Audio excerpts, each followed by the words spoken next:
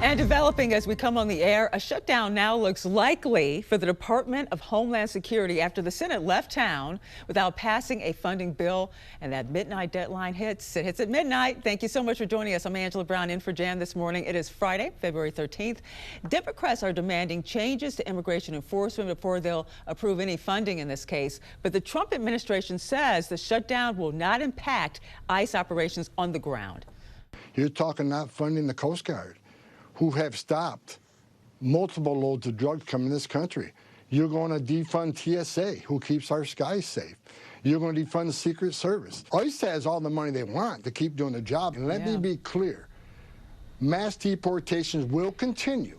I mean, you heard it there. So you have the deportations. They're going to go on. That's pretty clear. They're still doing their job. Yeah, that's clear. So we talk about this shutdown. It seems like we've been here so many times, Mark, in the past. So many times, and that's true. Where do things stand right now? Well, it doesn't look like they're going to get to a deal by the end of the business day today. We'll see, though, Angela, as all signs are pointing to that DHS shutdown. So what does all of this mean? Well, it would take effect at midnight tonight unless Congress strikes some sort of deal in the 11th hour.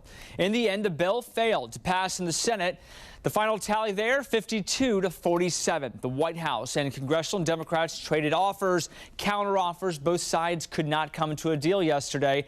Democrats want to put more restrictions on ICE and federal agents who are carrying out those deportations. It's not clear if the White House will agree to any of the demands. Now, this shutdown wouldn't necessarily impact immigration operations right now. In the short run, it would have a big effect on FEMA, though. TSA and Coast Guard members will not get paid, even though they're considered essential employees. So this is a dangerous situation that we're in, that the Democratic Party has chosen to shut down the department that was created after 9/11. This department was created recognizing that we are vulnerable to terrorist attacks and that American homeland needs to be funded and focused on keeping us safe within our own borders. Senate Republican Katie Britt attempted to pass a stopgap bill during yesterday's session. It would have kept DHS funded for another couple of weeks. However, it was blocked by Democrats. They don't want another short-term funding bill without reforms to ICE. We'll stay on top of the latest here for you this morning at the live desk. American people, but I'm glad to tell you, I'm happy to report Republicans got the job done. Our majority worked together, and we got the bills over the line. So we have now funded 11 of the 12 separate appropriations funding bills for the government for the year, and that's a big achievement because it's a big move towards regular order. Is something we promised and committed to. The biggest move towards that in many, many years. Now, the President, the White House have engaged in good faith with Democrats in the Senate, and they've said they would negotiate on the final bill, the Homeland bill. And you might say, well, now that 96% of the government is funded, it's just 4% what's out there. But it's a very important 4%. Because remember what the Homeland Security bill covers. It's not just Immigration Customs Enforcement. It's not just Customs and Border Patrol. It is TSA. It's the agents who keep us safe in the airports and keep air travel moving. It's the Coast Guard. It's Secret Service. It's FEMA. We're in the middle of winter storms that people are still digging out from. So this is no time to play games with that funding. We hope that they will operate in good faith over the next 10 days as we negotiate this. The President, again, has reached out. We are restoring calm in Minnesota, but again, we make the plea and the demand that the governors and the mayors in these blue states and blue cities participate with federal law enforcement so that we have a safer environment in which to implement and to enforce federal immigration laws. Very, very important, and it's something the American people demand and deserve. So we'll go forward now. We hope that everyone is in good faith. We think the next 2 weeks will be critical, but I hope that they will not keep that funding in suspense because it's too important to the American people. Mr. Speaker, good afternoon. Do you really think that they can work out something in such, do you really think that they can work out something in such a short time period? That's not much time.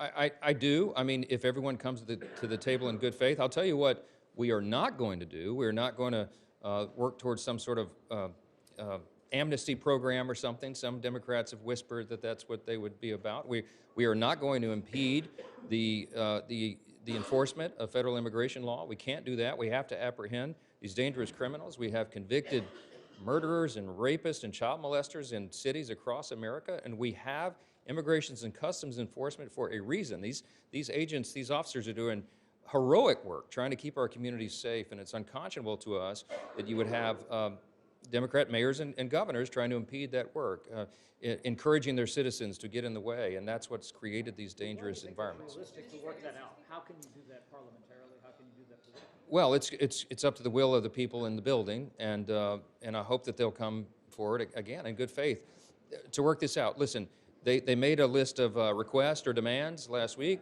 Leader Schumer made that public, and I will tell you that Tom Homan is in charge in Minnesota now, and he's already bringing about many of those changes. They are wanting to make sure that immigration enforcement is done safely and smartly and efficiently. And that's what you're going to get. It's going to be balanced. It's going to be a balanced approach. Of the demands that were made, the requests that were made, many of those are already being implemented. You notice that that they're going to have the body cameras. We put $20 million additional dollars in this legislation that they're holding up right now to pay for more body cameras. But Secretary Nome came out yesterday, as you saw, and announced that this will be the new policy. These are good things. The roving patrols will be modified. There are a lot of things that I think were thoughtful suggestions that would have already been implemented by Mr. Homan and others who are in charge of all this. And so I think we can get to an agreement. I certainly hope that's true. And if they have any intention of trying to keep these other agencies of government closed, it will be a fool's errand. And remember, we did front load the funding for Immigration Customs Enforcement and CBP in the big, beautiful bill. So they have enough funding to go for the next few years. So what they will be tying up if the Democrats choose to close the government is these very essential services for everything else: FEMA, Coast Guard, TSA, and other aspects of national security. So it's a very dangerous game that they're playing. Yes, ma'am. Mr. Speaker.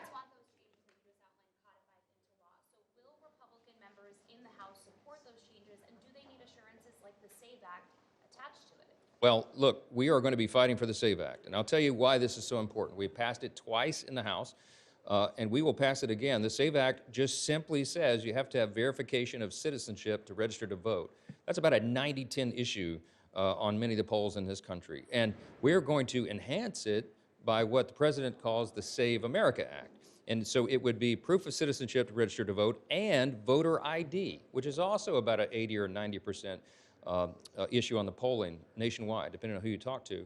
These are very important things to ensure that our elections are free and fair and safe, and that's a critical component of maintaining a constitutional republic. So this is a big priority for not just House Republicans, but for the American people. And we will continue to attach this to legislation and send it over, and it will be part of the discussion over the next couple of weeks, and we'll see how all that shakes out. But I suspect that some of the changes, the procedural modifications with ICE, Immigration Customs Enforcement, will be codified. I mean, they've said that they're willing to do some of this, and so we'll see how it comes out.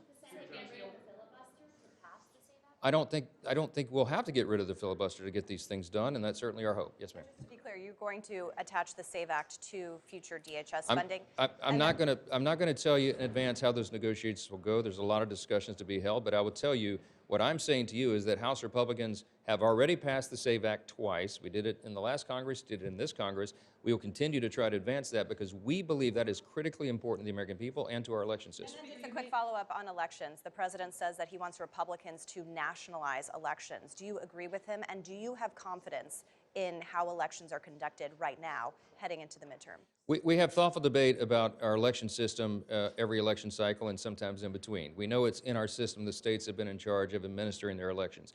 What you're hearing from the president is his frustration about the lack of some of the blue states, frankly, of enforcing these things and making sure that they are free and fair elections.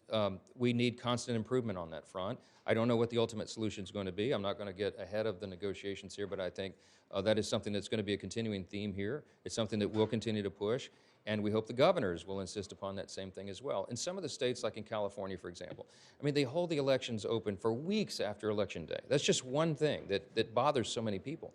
We had 3 House Republican candidates who were ahead on Election Day in the last election cycle. And every time a new tranche of ballots came in, they just magically whittled away until their leads were lost. In no series of ballots that were counted after Election Day were our candidates ahead on any of those counts. It looks on its face to be fraudulent. Can I prove that? No, because it happened so far upstream. But we need more confidence the American people in the election system, and it's essential, and everybody, no matter what party you're in, should agree with that. The mass mailing of paper ballots or mail-in ballots and all the other irregularities that have haunted us over the last couple of cycles, we need to tighten that up. Now, the red states have done a lot of good work in that front, but it's the blue states that I'm frankly concerned about. So we'll see how the law is modified and what's changed, but I hope we can get consensus to get that done. Yeah. Pope Leo has cited Matthew 25:35 to critique Donald Trump's mass deportation agenda. How would you respond to Pope Leo in Scripture? So you want me to give you a theological dissertation? All right, I'll tell you what, I'll post it on my website later today, but let me give you a quick summary. Borders and walls are biblical. From the Old Testament to the New, God has allowed us to set up our civil societies and have separate nations.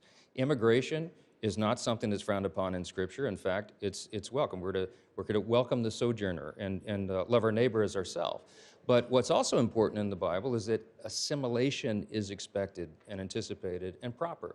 When someone comes into your country, comes into your nation, they do not have the right to change its laws or to change its society. They're expected to assimilate. We haven't had a lot of that going on. When people cite passages out of the Old Testament, they say, well, you're supposed to take care of the sojourner and the neighbor, treat them as yourself, welcome them in. Yes, but that is an admonition to individuals, not to the civil authorities. The civil authorities are given authority under Scripture to maintain order. Romans 12, you want to do this? Romans 13 says that the civil authorities are God's agents of wrath to bring punishment upon the wrongdoer. And it says if you do right, you have no fear of the civil authorities, but those civil authorities are necessary. It's a calling. It's a calling to maintain order in society, and we have not had that. When Biden and Harris opened the borders wide for 4 years, we had as many as 20 million illegals come across the country, and we all know many dangerous people, hardened criminals, child molesters, rapists, murderers, all the rest, terrorists who came into the country. We did not take care of our borders. Sovereign borders are biblical and good and right, and they're just, because it's not because we hate the people on the outside, it's because we love the people on the inside. We should love our neighbor as ourselves, as individuals, but it's the civil authority and the government has to maintain the law. And that is biblical, and it's right, and it's just, and I'm happy to have this lengthy debate with anybody any time they want to, and I'll post on my X page the longer dissertation on that for you today, okay? Thank you all so much. This morning, Republican and Democratic lawmakers on Capitol Hill are focused on different priorities with government funding now in place. Yesterday, President Trump signed legislation to fully reopen the government while the debate continues on funding for DHS. The bill only includes a 2-week extension for the Department of Homeland Security, which was a key demand from Democrats who are pushing for controversial reforms for ICE. Republicans, meantime, secured funding for the rest of the government through the end of September, along with several other key priorities. The bill officially ends all taxpayer subsidies for radical far-left woke programming on NPR and PBS, or just a waste of money. It slashes nearly $10 billion in wasteful foreign aid spending, giving money to countries that don't need it. It fully funds our military, includes a well-deserved pay raise for all American service members, and makes historic investments in the American shipbuilding industry, which is great. Funding to abusive and weaponized IRS programs. I was a victim of that too. You probably read that. Did you read that recently, right? Sure. I was, I guess, the ultimate victim. This morning, lawmakers on Capitol Hill say they've reached a deal with the White House on a bill to reopen the government, and we're tracking the key vote scheduled to happen in just a few hours as President Trump holds some last-minute meetings with a few GOP holdouts. Thanks for joining us. I'm Jan Jeffcoat. It's Tuesday, February 3rd. This morning, House Speaker Mike Johnson is a step closer to once again reopening the government after a couple of days of delays. Mark Boyle joining us at the live desk with the latest on this. You know, a bunch of overnight developments, Mark. House Speaker Johnson does say he has the votes. It's still going to be pretty close, though. He's pretty hopeful this will get done. It will be down to the wire, as House Speaker Mike Johnson could face some last-minute challenges, if you will, to get this across the finish line. President Trump on social media talking about the bill and why it's so important to get it done. He talks about how he's going to sign it into law immediately and also needs to be done without delay. This message right here comes after the president held meetings with members of his own party. Some Republicans said they would not approve the government spending bill if it didn't include the SAVE Act, which is a set of new voter eligibility requirements. Now, in the end, Senate Majority Leader John Thune agreed to bring bring this to the Senate floor for a vote in exchange for Republican holdouts in the House voting yes on the spending bill. We got assurances on the standing filibuster, which is incredibly important. I don't know if you guys remember when I was talking about inherent contempt, a lot of people didn't know what that is.